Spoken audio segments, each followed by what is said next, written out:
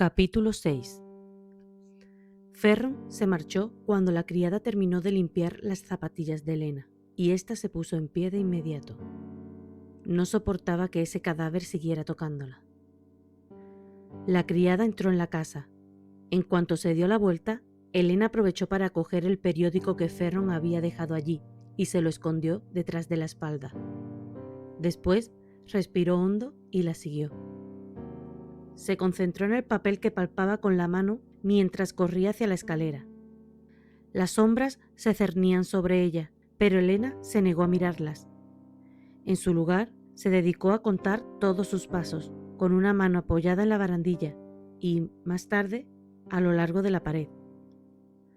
Por el camino fue observando los charcos de luz ambarina que proyectaban las lámparas hasta que llegó a su habitación.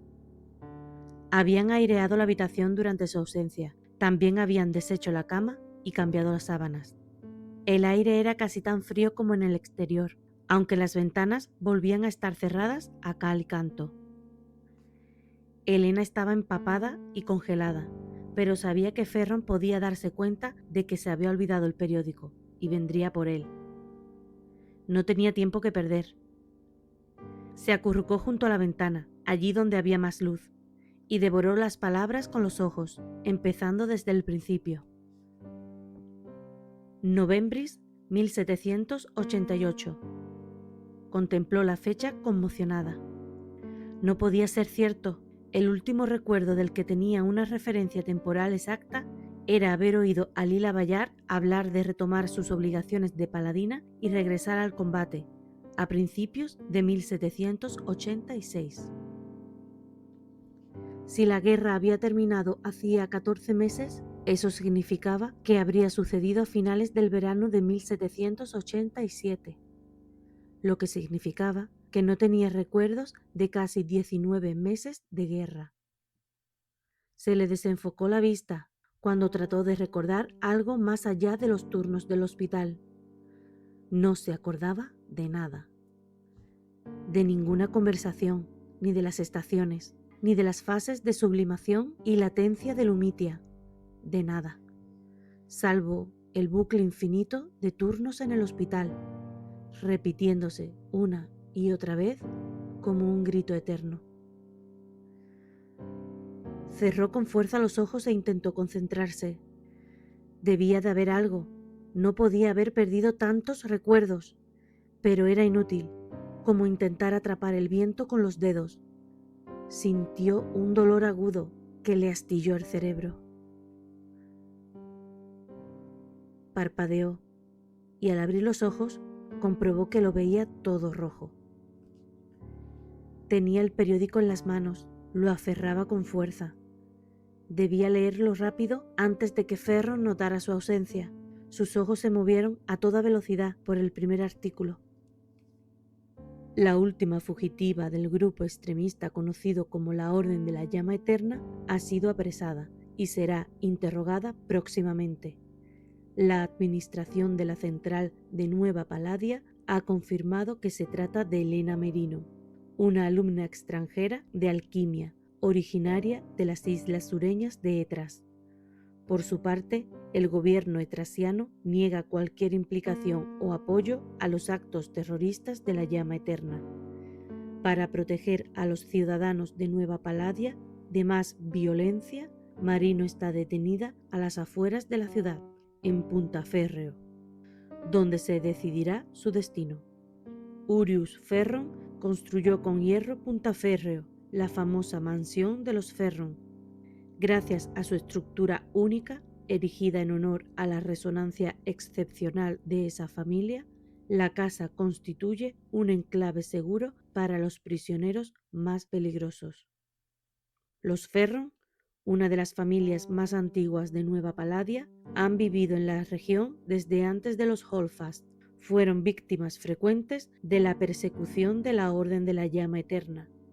Atreus Ferron, maese gremial del hierro, acabó arrestado y ejecutado por pronunciarse contra el régimen opresor de los Holdfast. Y su hijo Kane Ferron fue acusado sin pruebas de haber asesinado al principado Apolo Holdfast. Más tarde, archivaron todas las denuncias contra padre e hijo. ¿Ferron había sido acusado de matar al Principado? ¿Del asesinato que desencadenó la guerra? Miró fijamente las palabras hasta que se emborronaron. Recordaba la muerte del Principado Apolo. Lo encontraron brutalmente asesinado en las zonas comunes de la Academia de Alquimia y enseguida se abrió una investigación. No recordaba que hubieran llegado a ninguna conclusión. Aquella época estuvo marcada por muchos sucesos. El funeral, las preparaciones para la coronación de Luke. Lo que debería haber sido un momento de júbilo se transformó en dolor y conmoción. Luke estuvo en entredicho, hasta cuando sus amigos juraron morir para protegerlo. La ceremonia acabó poco antes de que se produjera el alzamiento, la llegada de los inmarcesibles y la guerra que parecía no tener fin. ¿Ferron había asesinado al Principado Apolo? Probablemente no, solo tenía 16 años entonces. Tal vez se habían inventado aquello para presentar a la familia Ferron como víctimas de los Holdfast. Eso parecía más probable. Leyó el resto del artículo con la esperanza de encontrar más información, pero solo halló la reiteración de la narrativa de los inmarcesibles sobre la guerra, que ellos no la habían comenzado, que, en realidad, nunca hubo una guerra, solo una inquietud civil provocada por un grupo de extremistas religiosos que se negaban a aceptar el Consejo de Gremios elegido democráticamente por los paladinos. Retrataban a Luke como un monstruo avaricioso de poder, dispuesto a quemar la ciudad hasta los cimientos, antes de permitir que todos la disfrutaran. Luke, que la noche previa a convertirse en principado, se había subido al tejado de la torre de alquimia al borde del abismo. Helena lo había seguido, manteniéndose todo lo cerca que pudo, prometiéndole que haría lo que fuera por él si daba un paso atrás y la tomaba de la mano. Él no le prestó atención hasta que Helena juró que, si él saltaba, ella iría detrás. Fue entonces cuando se bajó para salvarla. Se quedaron sentados en el tejado hasta el amanecer. Helena le sostuvo la mano y hablaron toda la noche. Le contó sobre Etras, los acantilados, los pueblecitos con burros que tiraban de carruajes pintados, los olivos, las granjas y el mar en los días de verano. Algún día irían allí, le prometió ella. Cuando todo se calmara, lo llevaría allí para que viera lo hermoso que era. Luke nunca quiso ser principado. Si hubiera tenido otra opción, habría renunciado al cargo sin dudarlo. Helena pasó la página del periódico parpadeando lentamente. Una columna enumeraba las ejecuciones llevadas a cabo por el Sumo Inquisidor la semana anterior. Junto al texto había una foto de hombres y mujeres con aspecto torturado, de rodillas sobre un estrado. Vestido de negro y con un yelmo intrincado que le ocultaba el rostro y el cabello, se encontraba Ferron, con una mano pálida extendida. Sabía que se trataba de Ferron por la postura y por la manera en que tenía doblados los largos dedos. Pero el artículo solo se refería a él como el Sumo Inquisidor. No se mencionaba por ninguna parte que Kane Ferron fuera el Sumo Inquisidor. ¿Era un secreto? ¿Qué conseguían con eso? Los Ferron, no mucho, considerando el estado deteriorado en el que se encontraba la mansión. No, la decisión debía de haber sido de Morrow. Al fin y al cabo, mantener oculta la identidad del Sumo Inquisidor le otorgaba al Sumo Nigromante una herramienta increíblemente poderosa. Si cualquiera podía ser el Sumo Inquisidor, la gente viviría alarmada, siempre desconfiando. Además, impedía que Ferron tuviera sus propios seguidores o acumulase poder suficiente para destronar a Morrow. Tal vez Ferron era ambicioso y Morrow lo temía por ello. Esa posibilidad resultaba tentadora, algo de lo que Helena podía aprovecharse. También convertía a Puntaférreo en una trampa perfecta. Si alguien intentaba salvar a Helena, darían por hecho que estaban atacando al heredero de un gremio, sin tener idea de quién era en realidad su carcelero. Leyó deprisa el resto del periódico. Había ciertas alusiones a la escasez de grano. Qué extraño, pensó.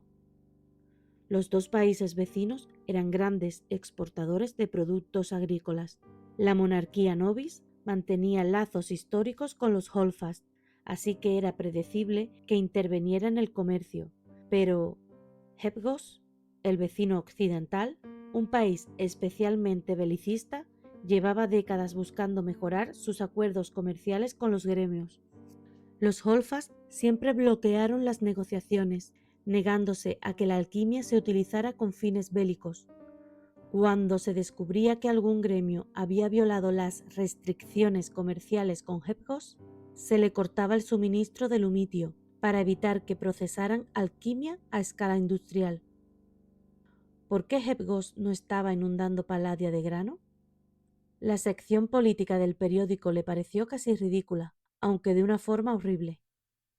El Consejo de Gremios, cuya existencia había sido precisamente lo que desencadenó la guerra, llevaba 3 semanas negociando la tarifa de transportes, como si Nueva Palladia no tuviera asuntos más importantes que tratar antes de que el solsticio de invierno diera comienzo al año nuevo. Pero lo que más le llamó la atención fue un párrafo que mencionaba la llegada de un emisario paladino al Imperio Oriental, al que por primera vez en los últimos siglos le habían permitido la entrada. ¿Ahí era donde había ido ese traidor de Chiseo? Helena se saltó la mayoría de las páginas de Sociedad, pero no pudo evitar fijarse en que el nombre de Aurelia Ferron aparecía con mucha frecuencia. Era bastante famosa, al parecer. Luego le llamó la atención un artículo del periódico. En un principio no suscitó su interés, ya que se limitaba a describir la actual escasez de mano de obra y lamentaba la pérdida de tantos alquimistas con talento en el conflicto provocado por la llama eterna. Presentaba estadísticas que confirmaban que la economía de Palladia seguía cayendo a causa de la desaparición de alquimistas de todas las edades. Según el autor, la solución era los nacimientos financiados. De repente, el artículo se transformaba en algo parecido a un anuncio. La directora del nuevo Departamento de Ciencia y Alquimia de la Central, Irmgard Stroud, estaba implementando un programa para apoyar a la nueva generación de alquimistas utilizando nuevos métodos científicos de selección para ofrecerles un mejor comienzo. Se buscaban voluntarias. Las participantes recibirían comida y alojamiento y al terminar el programa, aquellas con antecedentes criminales tendrían un nuevo juicio. Helena releyó varias veces el artículo, incapaz de creer lo que estaba leyendo. Describía un programa de reproducción como si se tratara de una solución económica, como si los alquimistas fueran perros en celo en busca de habilidades de transmutación que fuesen económicamente rentables. No era un concepto salido de la nada. Casarse en resonancia era una práctica común entre las familias de los gremios, que buscaban parejas con quienes tuvieran la misma resonancia o una complementaria para fortalecer la línea familiar. Aurelia y Ferron eran un claro ejemplo. Aunque el repertorio de la resonancia alquímica se heredaba, como el color del pelo o de los ojos, la resonancia era impredecible y podía aparecer o desvanecerse sin motivo. Ninguno de los padres de Helena había sido alquimista. Su padre poseía una resonancia menor al acero y al cobre, pero no la suficiente para formarse o para entrar en un gremio. Hasta donde recordaba, su madre no tenía ningún tipo de resonancia. De hecho, la tía abuela de Luke, Ylva Holdfast, era conocida por ser un lapsus, una hija de alquimistas que no manifestaba resonancia. Al parecer, Stroud pretendía analizar cuántas probabilidades había de heredar o no la resonancia, y pensaba usar a las prisioneras del reducto para hacerlo. Al fin y al cabo, ¿quién si no se prestaría voluntaria para un programa de reproducción a cambio de comida, alojamiento y revisiones judiciales? Se acordó de Grace, muerta de hambre y desesperada, con hermanos demasiado jóvenes para trabajar, dispuesta a vender un ojo. Elena se imaginó cuántas más habría como ella. Recordó todos esos documentos que Stroud repasaba sin parar. Esto debía de ser en lo que trabajaba. Estaba identificando a las candidatas más ejemplares de entre los registros de la Resistencia. Elena escondió el periódico en el armario y decidió que lo dejaría en cualquier parte la próxima vez que saliera de su habitación. Le dolían las articulaciones por el frío, así que decidió tomar una ducha y se quitó la ropa mojada. Se quedó debajo del agua caliente hasta que volvió a sentir el cuerpo y desapareció el frío que le calaba los huesos. Después se limpió lentamente, sin prisa por volver a su habitación helada. Al bajar la vista, descubrió cicatrices de las que no tenía recuerdos. La más grande estaba en mitad del torso y se extendía entre sus pechos. La cicatriz era como una cuerda, pronunciada y levemente arrugada, como si le hubieran abierto el esternón en canal para luego volver a unirlo. La tocó con la yema de los dedos y encontró una hendidura en el hueso, y tuvo la vaga sensación de que le habían seccionado algunos nervios. No parecía que hubiesen empleado la sanación, pues podrían haber hecho crecer el hueso. Ella misma habría cosido los nervios para evitar la pérdida de sensibilidad y más adelante habría dibujado los sellos adecuados para que la cicatriz fuera menos visible. Pero no habían hecho nada de eso. Habían dejado que la herida se curara sin usar vivemancia. Tal vez fuera esta la herida grave que mencionó Stroud. No, con una herida de este calibre no la habrían metido en el tanque de suspensión. Empezó a examinarse el cuerpo con cuidado y encontró más cicatrices. Parecía como si hubieran adiestrado su mente para pasarlas por alto, pero se obligó a concentrarse y tomar nota de todas ellas. Encontró vestigios de una herida grande y redondeada que le atravesaba la pantorrilla. También tenía cicatrices finas, una en el estómago y otra entre dos costillas. En esas sí que se había usado la vivemancia para sanarlas, sin duda. En la mano derecha había más cicatrices, unas fisuras en la palma y en los dedos, como si hubiera agarrado la hoja de un cuchillo con fuerza. Y, lo más extraño, 7 puntos de sutura. Estaban perfectamente espaciados y conformaban un círculo en la palma de su mano. No era grande, pero llamaba la atención por cómo le afeaba la piel. La miró fijamente. Su forma le resultaba familiar. Bajó la mano, inquieta, y, por último, descubrió la única cicatriz de la que sí se acordaba. Apenas se veía, ya que estaba escondida bajo su propia mandíbula. Era larga y fina, le recorría la parte izquierda del cuello y se detenía justo antes de la garganta. Al día siguiente, Ferron le trajo a Elena una capa seca y limpia. Se la tiró a la cabeza, sin decir nada. Elena lo siguió y, disimuladamente, dejó el periódico por el camino. En el porche, Ferron sacó otro. La noticia de la portada trataba sobre un monumento que el gobernador, Fabian Greenfitch, estaba construyendo en honor a Monroe, el libertador de Nueva Paladia. Se inauguraría el año siguiente. Estaba lloviendo otra vez. Elena echó un vistazo a su alrededor, sin saber muy bien qué hacer. No le apetecía caminar en círculos bajo la supervisión de Ferron. Aunque con un poco de suerte, igual encontraba un palo bien afilado con el que apuñalarlo. Paseó por el porche hasta que se aburrió, y después se sentó a contemplar la quietud de la casa e intentó adivinar cuántas habitaciones habría en un lugar tan inmenso. En su día había pensado que la casa de los Ballard, Solís Esplendor, era enorme. Se trataba de una de las pocas casas independientes de la ciudad, un vestigio de tiempos pasados. pero Puntaférreo era mucho más grande.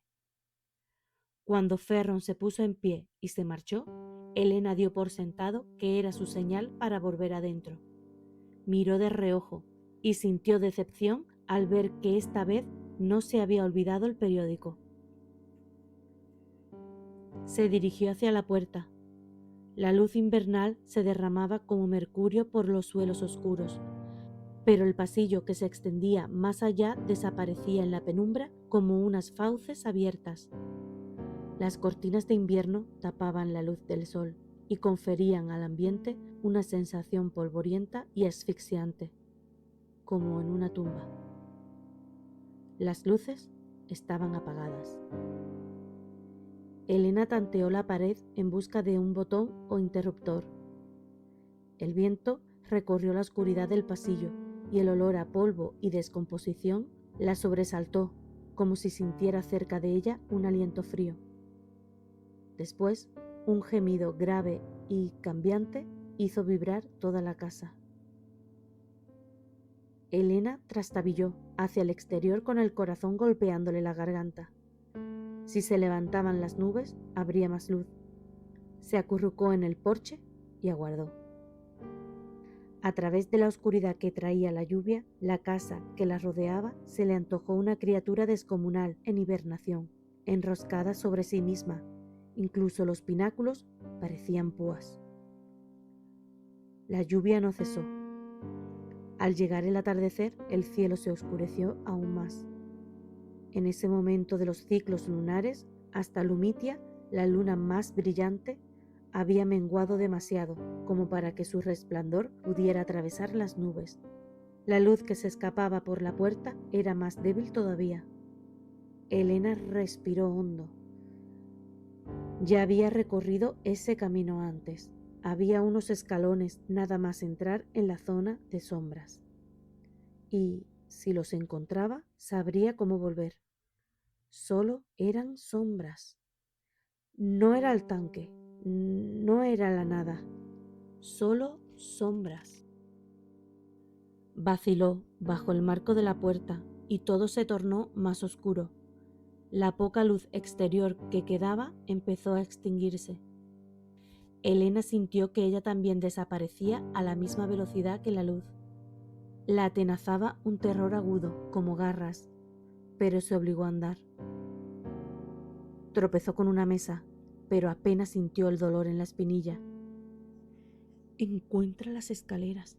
No es más que una casa. Pero sentía que la oscuridad se la tragaba y la absorbía, que la eternidad la acechaba. Se agarró a la mesa con la que había tropezado, pero le temblaban tanto las manos que la madera empezó a crujir. Entonces algo cayó y se estrelló en el suelo. Respira, solo respira. Intentó respirar, pero el dolor le atravesó el pecho.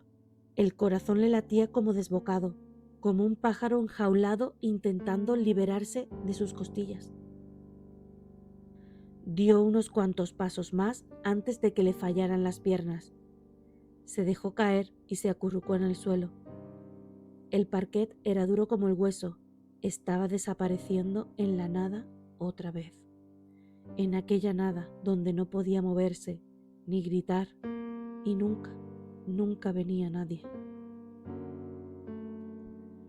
Alguien la agarró por los brazos y la levantó del suelo. ¿Qué estás haciendo? Elena parpadeó al verse cegada por una luz repentina. Frente a ella estaba Ferron, con una expresión furibunda. Había encendido una lámpara de pared, un halo en la oscuridad que solo los iluminaba a ellos. Elena lo miró a los ojos para olvidarse del océano negro que los rodeaba. Estaba oscuro, consiguió decir. ¿Qué? Respiraba a tal velocidad que comenzó a marearse. ¿Te da miedo la oscuridad? Sus ojos plateados ardían. Su voz estaba cargada de incredulidad. Elena intentó zafarse. Prefería ahogarse en el pasillo que estar cerca de Ferron, pero él no la soltó. sino que la condujo escaleras arriba, que estaban apenas unos pasos, y la arrastró hasta su habitación, sin dejar que volviera a caer al suelo.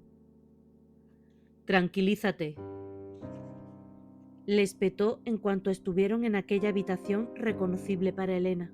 Cerró la puerta de un portazo.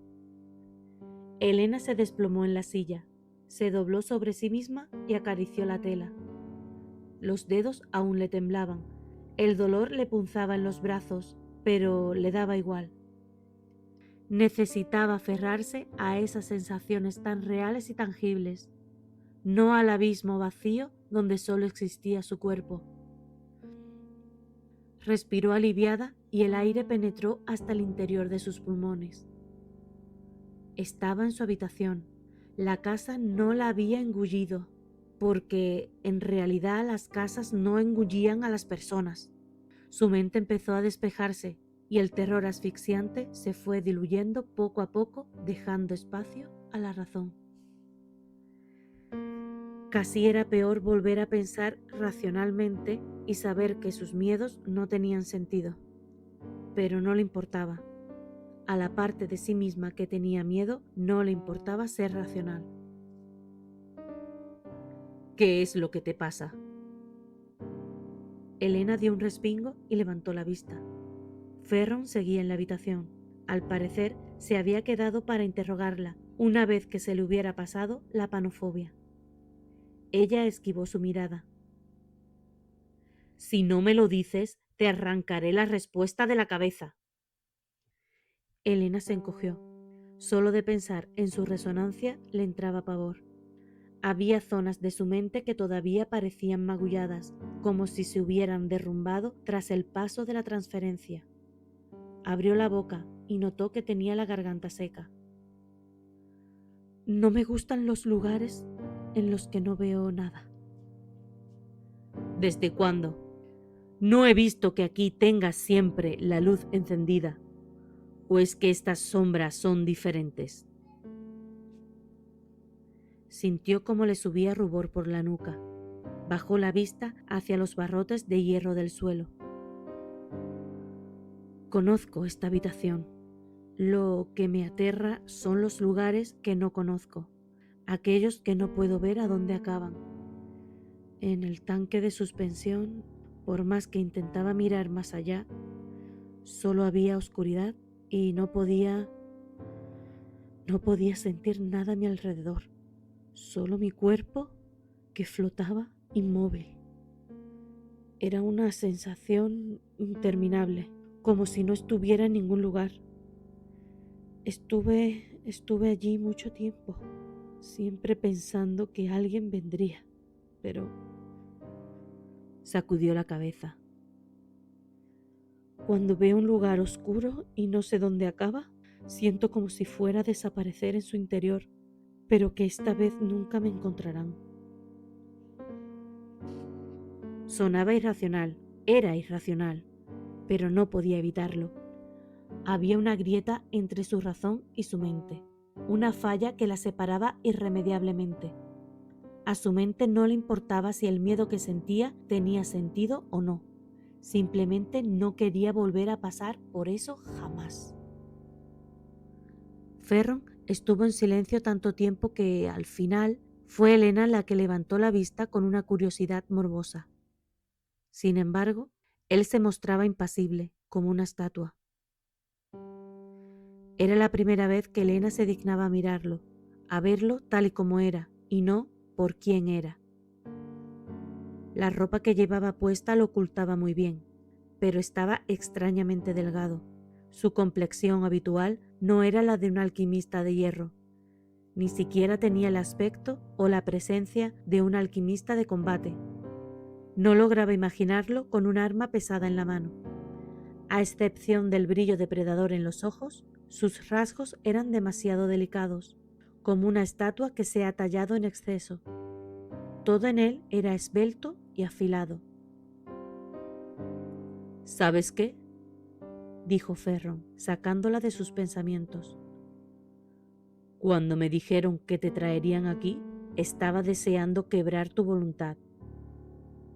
Negó con la cabeza. pero creo que será imposible superar lo que te has hecho a ti misma.